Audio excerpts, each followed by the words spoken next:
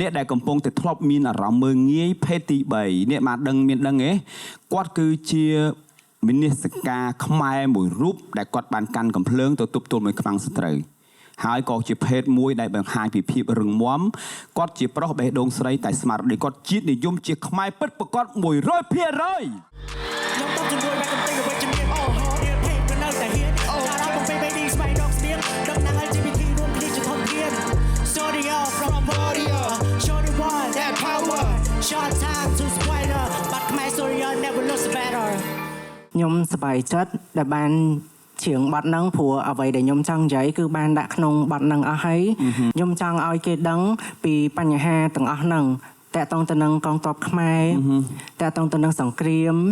ហើយមួយទៀតខ្ញុំចង់និយាយពីភេទមិនថាភេទអីទេអាចចូលជាធនធានដើម្បីជួយជាតិបានដូចគ្នាអូខេ